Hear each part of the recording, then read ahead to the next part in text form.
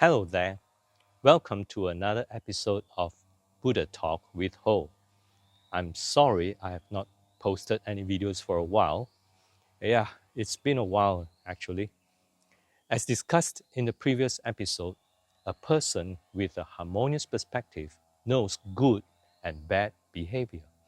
In this episode, we'll discuss the additional traits of this person who also understands clearly and without a doubt that whatever happens or originates in this world does so in dependence on the rising of its necessary conditions.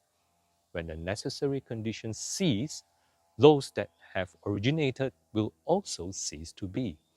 This teaching is sometimes translated as dependent origination or the law of determinism in the Buddhist Sutta, as spoken briefly in episode 4.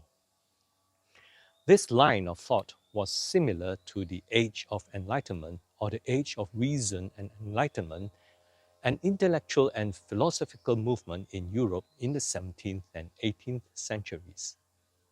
It was a time when there was a shift of ideals that valued knowledge learned through rationalism and empiricism. Intellectuals in Europe started to realize that many natural occurrences that were previously believed to be works of God, for example, rain and thunderstorms, gravity, and so on, were actually just natural occurrences that were caused by the presence of the necessary conditions. And it can be scientifically proven, and in some cases, replicable in a lab. It was also at this time that the influence of churches was significantly reduced in politics. Therefore, with that line of thought, a person with a harmonious perspective understands that what we see in the world is merely different shades and colors of light, stimulating our eye senses, the mind constructing it into images and giving a name and meaning to it based on our past experiences. This means that the world that we perceive is actually a creation of our mind. This is a critical understanding in the practice of the Dhamma because the main reason why we are suffering is because of this delusional thought of an I or a soul being in this world.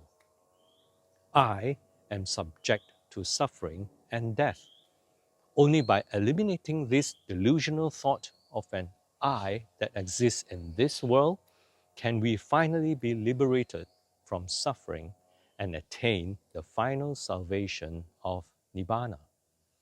Although the Buddha says that the world we live in and I are a mere creation of our mind, we shouldn't just believe it. That is also a vital teaching of the Buddha. We should doubt and question why this is so. To understand this further, we must first understand how our mind works and what fuels it. First of all, what is the definition of mind?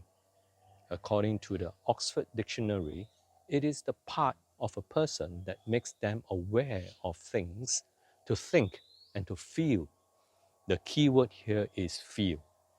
To many, the mind is a brain function, but it is not. It is an activity of the body as a whole. The activity of the mind involves the whole process from the stimulation of our five senses, that is, the eyes, nose, tongue, ears, and the body, to the thinking process, and finally to the emotional reaction initiated by feeling. What fuels the mind? Besides the obvious answers, the food we eat, other factors include stimulation of our senses, perception, cognition, and interpretation, and finally, the thinking faculty and emotions. These mental factors make our mind and hence us conscious and aware. The Buddha spoke about two parts of this mind. One is the emotional mind, which has the same characteristics as an animal and makes people desire things. hate, anger, fear, and others. The other is the intelligent human mind, which does the thinking. This thinking ability is what makes humans unique, as we can communicate with others, exchange ideas, solve problems, calculate, reason things, and see the reality of things. The problem is, most of the time, the emotional mind is in control, making most of the decisions, and is blind to reason and reality. Emotions are aroused by the way we interpret things and circumstances. The interpretation of circumstances is done by the intelligent thinking mind.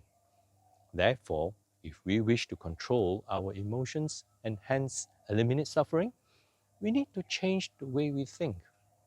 And this can only be achieved by making the thinking mind aware of reality. This reality that the Buddha taught was the law of determinism, as mentioned earlier. Just as the process of understanding what conditions create electricity or fire, we also need to have the wisdom to understand what creates our suffering.